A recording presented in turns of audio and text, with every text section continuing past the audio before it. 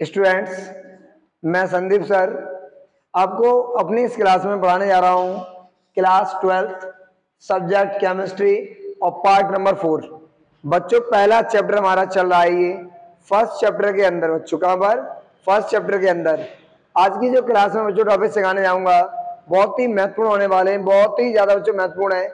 मैं जितना बोल रहा हूँ वो कम है और ये महत्वपूर्ण इतने ज़्यादा हैं। लेकिन बच्चों ये चीज़ है कि जिंदगी में कभी अपने साथ विश्वासघात मत करो ना, कि पढ़ाई आप अपने के लिए कर रहे हो और उसमें आप दगेबाजी करो, पढ़ाई करते भी हो नहीं करते हो, ये जिंदगी भर लॉस मिलेगा इसका बच्चों आपको। इसलिए पढ़ाई को बहुत ईमानदारी से लो बच्चों, बहुत केयरफुली लो, आपकी जिंदगी बदल जाएगी। मैं कहता हूँ बच्चों, गरीबी दूर करने का ये सबसे अच्छा तरीका है शिक्षित होना। गरीबी को दूर करने का बच्चों सबसे अच्छा तरीका होता है अपने आप को शिक्षित करना और समझदार तैयार करना। बच्चों देखते हैं टॉपिक हमारा स्टूडेंट्स, इकाई सेलों की संख्या ज्ञात करना। बच्चों क्या ज्ञात करना? इकाई सेलों की संख्या ज्ञात करना। बस केयरफुली स्टूडेंट, आपको मुझे सुनना है मैं क्या सिखाने जा रहा हूं। तो हमें इकाई सेलों की क्या करनी है? संख्या ज्ञात करनी है। क्या ज्ञात करनी है? संख्या ज्ञात करनी है। बच्चों, इकाई सेलों की संख्या निकालनी हो तो इसके लिए एक बेसिक फार्मूला होता है बच्चों। फार्मूला इसके लिए कि नंबर बराबर संख्या बराबर बच्चों इकाई सेलों की। बच्चों किसकी? इकाई सेलों की संख्या बराबर बच्चों होता है, मेरे पास क्या होता है? Na इंटू एक्स अपॉन बच्चों अपॉन में m इंटू जेड। बच्चों ये फॉर्मूला होता है Na into x upon z into M. बच्चों सूत्र में किस क्या अर्थ है? ये तो हमारा सूत्र हो गया ना। इस सूत्र के अंदर किस बात का क्या अर्थ है बेटा, मैं आपसे ही कह रहा हूं, ध्यान से सुनना, ठीक है? किस बात का क्या अर्थ है? बच्चों एनो माने होता है हमारा एवोगाड्रो संख्या और इसका मान होता है 6.022 और 10 की घात 23। बच्चों ये एक नियतांक है। बच्चों x माने होता है हमारे पास विलेय की मात्रा। बच्चों x माने हमारे पास क्या होता है? विलेय की मात्रा। बच्चों m माने होता है हमारा विलेय का अड़भार। m माने क्या बच्चों? विलेय का अड़भार।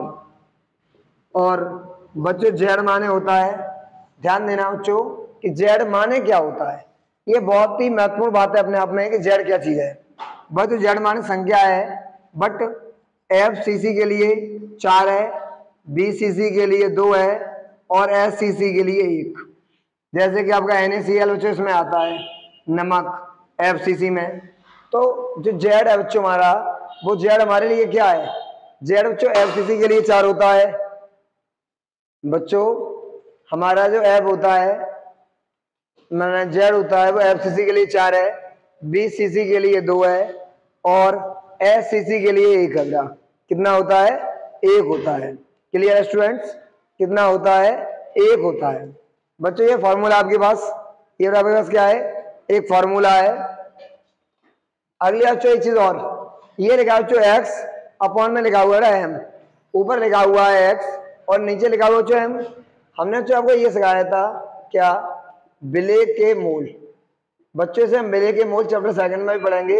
विलेय के मोल बच्चों n बराबर होता है हमारे पास W अपॉन m। इस सूत्र के अंदर बच्चों क्या होता है कि n माने होता है विलेय के मोल। बच्चों n माने क्या होता है? विलेय के मोल। W माने क्या होता है? बच्चों W को अभी मैंने जो W हमारा इस सूत्र में x माना गया है, ये हमारा होता है बच्चों विलेय की मात्रा। बेटा किसकी मात्रा? विलेय की मात्रा। और कैपिटल M माने बच्चों होता है हमारा विलेय का अड़भार। बच्चों क्या होता है? विलेय का अड़भार। तो इस जगह बच्चों हम क्या W अपॉन M और W अपॉन M करके क्या कर सकते थे? n माने n भी लिखा जा सकता है स्टूडेंट्स। अगर आप चाहें तो इस फॉर्मूले को थोड़ा चेंज कर सकते हैं छात्रों, और n बराबर आप लिख सकते हैं x अपॉन m। ठीक है स्टूडेंट, n बराबर x अपॉन m लगा सकते हैं, ये दोनों खत्म हो जाएंगे तो बच्चों सूत्र क्या बन जाएगा, ऐसा करने से सूत्र क्या बनेगा, सूत्र में क्या होगा na into N upon Z, na into N upon Z आ जाएगा। बच्चों से नोट करें पहले, आप सभी स्टूडेंट से नोट कर लें, ये आपकी इकाई सेलों की संख्या का फॉर्मूला है। किसका फॉर्मूला बच्चों, इकाई सेलों की संख्या का फॉर्मूला है। ये एक सवाल इसका आना ही आना है श्योर बच्चों, इस टॉपिक से जुड़ा हुआ एक सवाल आना ही आना है, तो आपको फॉर्मूला याद रहना चाहिए। इकाई सेलों की संख्या अभी तुरंत क्लास के साथ साथ याद होना चाहिए। इकाई सेलों की संख्या होता है बच्चों एन ए इंटू एक्स बटे M into z, N A into x upon M into z. बच्चों एन ए होता है एवोगाड्रो संख्या, एक्स होता है विलेय की मात्रा, कैपिटल एम होता है विलेय का अड़वार, जेड माने बच्चों क्या है, अगर एस सी सी है तो 1, अगर बी सी सी है तो 2, अगर एफ सी सी है तो 4। ये हमारे पास संख्या होती है, हमारे पास स्टूडेंट्स क्या होती है, एक संख्या होती है। उम्मीद है स्टूडेंट्स आपने सब लिख लिया होगा और आप सभी को ये समझ भी आ गया होगा। तो स्टूडेंट्स आगे चलते हैं हमने और कॉन्सेप्ट को आगे समझते हैं। तो हमारे पास ये क्या हो गया, फॉर्मूला हो गया N A x upon M into z. तो स्टूडेंट्स आपने ये समझ लिया इकाई सेलों की संख्या का कॉन्सेप्ट क्या था, और आगे बच्चों हम सीखने आ रहे हैं घनत्व के बारे में बच्चों। ठीक है, किसके बारे में सीखने आ रहे हैं, डेंसिटी के बारे में, घनत्व के बारे में। बेटा सभी छात्र ध्यान देंगे, अगला टॉपिक हमारा नेक्स्ट मेरे साथ साथ लिखना है सभी को। टॉपिक सेकंड बच्चों हमारे पास है ना, इसके अंदर अभी ठोस पदार्थों का बच्चों, किसका, ठोस पदार्थों का घनत्व ज्ञात करना, डेंसिटी ऑफ सॉलिड सब्सटेंस, ठोस पदार्थों का घनत्व ज्ञात करना। इस बात को स्टूडेंट आपको समझना है कि हम किस तरीके से ठोस पदार्थों की डेंसिटी निकाल सकते हैं, किस तरीके से हम ठोस पदार्थों की डेंसिटी को फाइंड कर सकते हैं। बच्चों इसका सूत्र होता है घनत्व, होता है जो घनत्व रो बराबर, ठीक है बच्चों में घनत्व बराबर क्या होता है, द्रव्यमान बटे आयतन। बच्चों क्या होता है, घनत्व बराबर द्रव्यमान बटे आयतन, बड़ा क्या होता है, द्रव्यमान बटे आयतन। तो रो बराबर मास ऑफ एम, जेड परमाणुओं का, आयतन बच्चों भी हो गया, लेकिन एवोगाड्रो संख्या भी आता है एन ए। ठीक है, रो बराबर जेड एम अपॉन ओवी इंटू एन ए। बच्चों आप सभी जानते हैं कि हमारा जो आयतन होता है ना, आयतन बच्चों जो हमारा ओवी होता है वो होता है लंबाई गुणा चौड़ाई और गुणा ऊंचाई, लंबाई गुणा चौड़ाई और गुणा ऊंचाई बच्चों। तो ये हो जाएगा बच्चों हमारा ओवी बराबर, अब ठोस में बच्चों घन आकृति, घन की आकृति है ना बच्चों, घन के लिए सभी भुजाएं सेम होती हैं, तो आयतन हो गया ए क्यू। घन की सभी भुजाओं की लंबाई समान होती है और आंसर आ गया ए क्यू। तो बच्चों से हम ले जाएंगे रो बराबर z M upon a cube into N A cube into N A. Okay students, इस फॉर्मूले में बच्चों क्या है हमारा, रो माने क्या है, रो माने बच्चों घनत्व डेंसिटी हमारी घनत्व, जेड माने बच्चों हमारा क्या है, जेड माने बच्चों हमारे पास है अगर बीसीसी है तो 2, अगर ये एससीसी का सवाल है तो 4, अगर सॉरी एफसीसी का, अगर एससीसी का है तो 1। बच्चों एम माने है अड़वार, एम माने का द्रव्यमान मास, ठीक है, एम माने बच्चों इसमें द्रव्यमान है यहाँ पर, और ए माने बच्चों है घन की भुजा की लंबाई, घन की भुजा की लंबाई। और बच्चों एन ए माने क्या होता है, एवोगाड्रो संख्या। एवोगाड्रो जो संख्या होती है बच्चों वो एक नियतांक होता है। एवोगाड्रो जो संख्या होती है वो बड़ा एक नियतांक होता है, और उस नियतांक का सवाल में कभी मान नहीं देगा, आपको उस मान को याद ही करना पड़ेगा, वो कभी मान नहीं देने वाला बच्चों। तो ये होता है 6.022 इंटू 10⁻⁴ 23। क्लियर हो गया students. Na equal to 6.022 into 10⁻23 होता है बच्चों। कितना होता है? 10⁻23। शायद उम्मीद है छात्रों आपको समझ आ गया होगा, और जितना मैंने समझाया है उतना क्लियर होगा आपको, क्लियर। और मुझे होप है इस चीज की बच्चों, तो आप सभी से नोट करेंगे जल्दी से जल्दी बच्चों। टॉपिक हमारा सेकंड था ठोस पदार्थ का डेंसिटी। एक सवाल इस टॉपिक का है बच्चों, पहले चैप्टर से इकाई सेलों की संख्या और डेंसिटी को निकालना और स्ट्रक्चर सवाल आते हैं बच्चों। लिख लिया सभी ने ना? तो स्टूडेंट्स आगे चलते हैं और ध्यान देंगे बच्चों। स्टूडेंट जब मेरी क्लास आप अटेंड करते हैं हमेशा याद रखें, चाहे वो फिजिक्स की क्लास हो मेरी, चाहे मैथ की हो, चाहे केमिस्ट्री की हो, चाहे वो कंपटीशन में किसी सब्जेक्ट की हो बच्चों, आप अपना पेंसिल, अपना पेन, नोटबुक और बुक साथ में लेके बैठा करें, ठीक है? नहीं तो आप अपना मर्डर अपने हाथों से कर रहे हैं, ये समझ लो बच्चों, है ना? जो जिंदगी के लिए बहुत नेसेसरी है वो तो करना पड़ेगा ना बच्चों। जैसे अक्सर लोग कुछ भी करेंगे, पैसे कमाते हैं फिर खाना खाने के लिए, क्यों लाइफ के लिए नेसेसरी है बच्चों। वैसे पढ़ाई भी जो जिंदगी की जरूरी है ना, बहुत ज्यादा नेसेसरी हम सबके लिए है। तो आगे बढ़ते हैं स्टूडेंट्स, टॉपिक अगला बच्चों ध्यान देंगे, यौगिक का पता लगाना। हम बच्चों बता रहेंगे कि कंपाउंड कैसे बन जाएगा। जैसे कि फॉर एग्जांपल एक सवाल बच्चों हमारे पास एक घन की आकृति है बच्चों, क्या है? एक घन की आकृति है। सभी स्टूडेंट इस बात पर ध्यान देंगे बच्चों, सभी लंबाई सेम है। ये लंबाई ये लंबाई ये लंबाई ये लंबाई ये बच्चों, फिर ये लंबाई ये, और ये लंबाई ये लंबाई ये, यहां से ये लंबाई तुम्हारी ये है, और इधर से ये लंबाई ये वाली, इधर से स्टूडेंट ये लंबाई, इधर से ये लंबाई, और ये लेंथ हमारी है। ठीक है स्टूडेंट्स, सभी लंबाई हमारी समान है क्योंकि ये घनाकार आकृति बच्चों, कैसी आकृति है? एक घन के आकार की आकृति है बच्चों। अब ध्यान देना थोड़ा सा, कई बार सवाल ऐसे कहता है ना कि घन है हमारे पास और उस घन के कोनों का परमाणु लगा दिए, उसे केंद्र में लगा दिया, उसकी सतह पर लगा दिया, तो बहुत सिंपल इस तरीके के सवाल आते हैं बच्चों। अब आपको मेरी बात को डीपली समझना होगा स्टूडेंट। जैसे कि मैंने यहां लगा दिया ए बच्चों, यहां लगा दिया ए, फिर यहां लगा दिया ए, और यहां लगा दिया ए। ध्यान देना, ठीक है स्टूडेंट्स?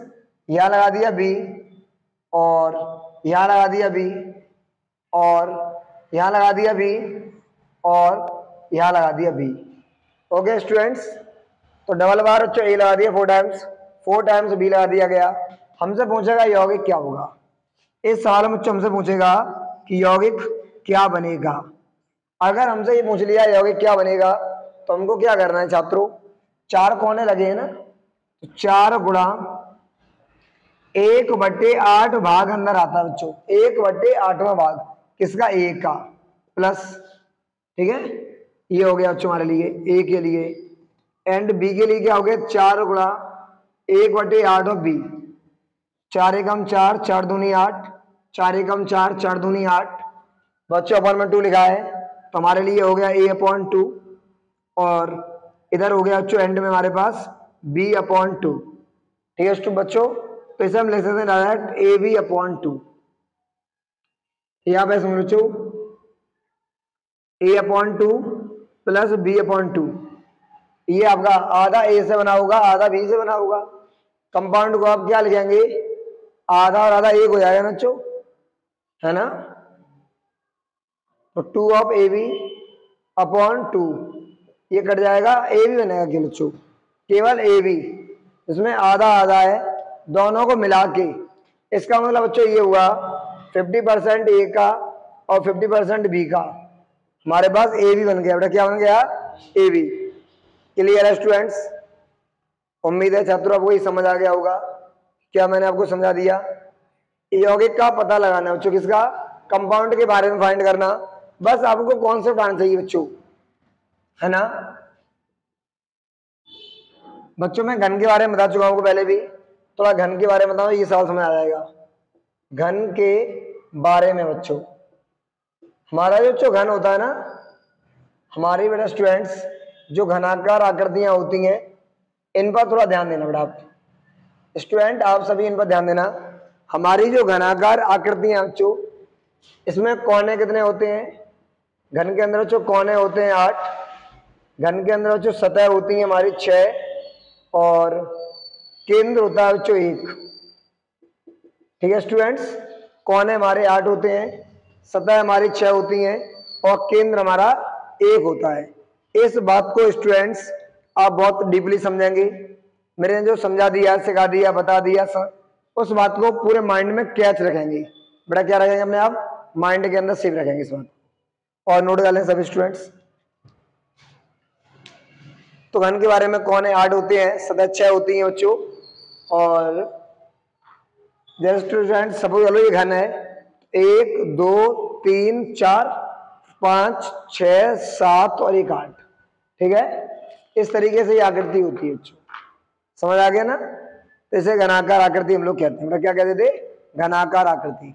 ये घन के बारे में आपने समझ लिया बच्चों। ओके स्टूडेंट्स, आगे चलते हैं और आगे पढ़ते हैं, आगे सीखते हैं स्टूडेंट्स।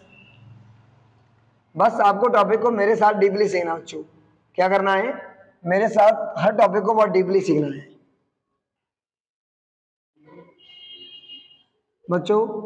अब हम ये समझते हैं कि रिक्तिका क्या होती है इसके अंदर। ठीक है बच्चों, टॉपिक अभी आपको पढ़ाया जाएगा वो संकुलन क्षमता, क्योंकि लेक्चर ऐसा एक्चुअल हुआ था कि वीडियो उसकी बन चुकी थी बट कट गई, मिस हो गया कैसे भी यूट्यूब से, वो पर भी आपको पढ़ाया जाएगा बच्चों। अगला टॉपिक देखते हैं आप बच्चों, रिक्तिका।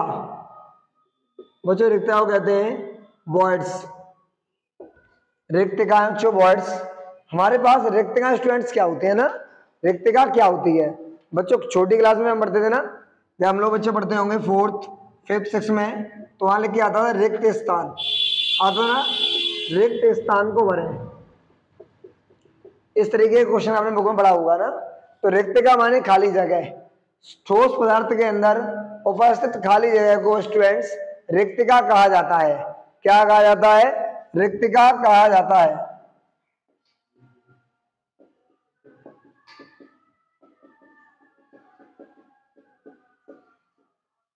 स्टूडेंट्स हम लोग समझ रहे थे कि रिक्तिका किसे कहते हैं, रिक्तिका किसे कहा जाता है स्टूडेंट्स?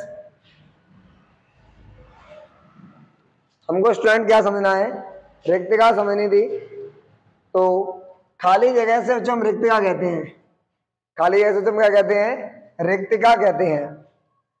खाली जगह जो हमारी होती है रिक्तिका कहलाती है। तो परिभाषा लगा देता हूं पहले आपको।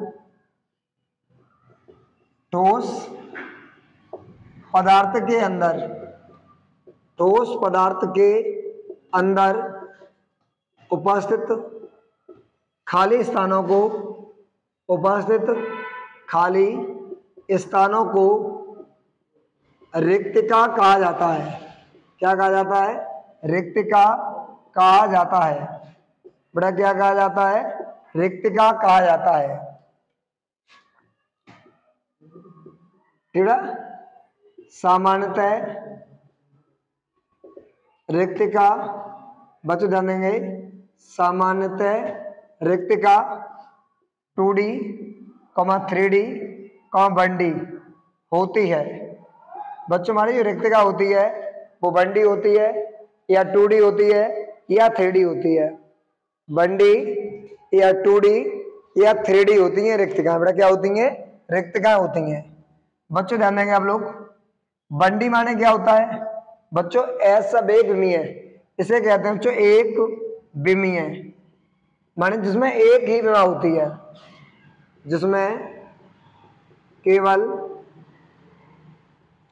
लंबाई। बच्चों 2D माने उसे कहते हैं द्विविमी है, इसे पढ़ते हैं बच्चों द्विविमी है। और द्विविमी माने होता है बच्चों जिसमें 2 विमाएं होती हैं, 2 विमाएं होती हैं बच्चों। होती हैं कौन कौन सी होती हैं? एक होती है लंबाई और एक होती है चौड़ाई बच्चों। एक होता है 3D, इसे कहते त्रिविमीय, त्रिविमी है। त्रिविमी माने बच्चों जिसमें 3 विमाएं होती हैं। बड़ा क्या होती हैं? 3 विमाएं होती हैं। बच्चों कौन कौन सी? एक होती है हमारे पास लंबाई, एक होती है हमारे पास चौड़ाई, और एक हमारे पास होती है ऊंचाई। लंबाई, चौड़ाई और ऊंचाई। 1D, 2D और 3D। Clear students? इसमें केवल लंबाई होती है, एक में चौड़ाई लंबाई होती है, और ये तो ठोस के अंदर बच्चों 3 प्रकार की रिक्तिकाएं पाई जाती हैं। स्टूडेंट क्या प्रकार की? 3 प्रकार की। 1D, 2D और 3D। बच्चों कौन सी? 1D, 2D और 3D। 1D माने किसी ठोस पदार्थ के अंदर ऐसी रिक्तिका जो केवल उसकी लंबाई में होती है। 2D माने किसी ठोस पदार्थ के अंदर ऐसी रिक्तिका जो उसकी लंबाई चौड़ाई दोनों में होती है। और 3D माने बच्चों एक ऐसी रिक्तिका जो उसके अंदर लंबाई में भी, चौड़ाई में भी और ऊंचाई में भी पाई जाती है। उसे स्टूडेंट्स हम कहते हैं 3D। क्या कहते हैं? 3D। हमारे कुछ दो टॉपिक बहुत डीपली सीखने थे इसके अंदर रिक्तिका के अंदर। एक हमारे पास होती है मतलब फ्रैंकल रिक्तिका हम पढ़ने खाली जगह है। 1D, 2D, 3D पढ़ेंगे भी हम। अब इसमें एक आती है टेट्रागोनल, हेक्सागोनल, ऑक्टागोनल। ठीक है बच्चों? Tetragonal, octagonal, hexagonal. ध्यान देंगे सब स्टूडेंट्स। और डीपली हम पढ़ने जा रहे हैं बच्चों। एक होती है टेट्रा, टेट्रागोनल वर्ड्स। बच्चों एक हमारे पास होते हैं क्या? Hexagonal words. और स्टूडेंट एक हमारे पास होते हैं ऑक्टागोनल वर्ड्स। बच्चों टेट्रागोनल वर्ड्स क्या होते हैं? इसका मतलब ये होता है एक परमाणु को जब 4 परमाणु घेर ले, जब एक परमाणु को 4 परमाणु घेर लेते हैं और उसे घेरने के बाद भी जब एक परमाणु को 4 अन्य परमाणु घेर लेते हैं, ऐसा करने के बाद भी जो खाली जगह रह जाती है उसे टेट्रागोनल वर्ड्स कहते हैं। उसे टेट्रागोनल वर्ड्स कहते हैं। जब हेक्सागोनल बच्चों क्या होता है? जब एक परमाणु को 6 अन्य परमाणु, जब एक परमाणु को 6 अन्य परमाणु घेर लेते हैं तो उसे हेक्सागोनल वर्ड्स कहते हैं। क्या कहते हैं स्टूडेंट? से हेक्सागोनल वर्ड्स कहते हैं। एक होता है ऑक्टागोनल वर्ड्स। जब 3D क्षेत्र के अंदर, जब 3D क्षेत्र के अंदर एक परमाणु को 8 परमाणु घेर लेते हैं तो उसे कहा जाता है बच्चों ऑक्टागोनल वर्ड्स। उसे क्या कहा जाता है? ऑक्टागोनल वर्ड्स कहते हैं। बच्चों इसमें 4 परमाणु घेरते हैं, इसमें 6 परमाणु घेरते हैं, इसमें 8 परमाणु। Okay students? टेट्रागोनल वर्ड्स किसे कहते हैं हम लोग? जब टेट्रागोनल का मतलब होता है जब एक परमाणु को, जब एक स्टूडेंट समझ आ रहा है सभी को? क्या उम्मीद है समझ आ रहा होगा। जब एक परमाणु को 4 अन्य परमाणु घेर लेते हैं,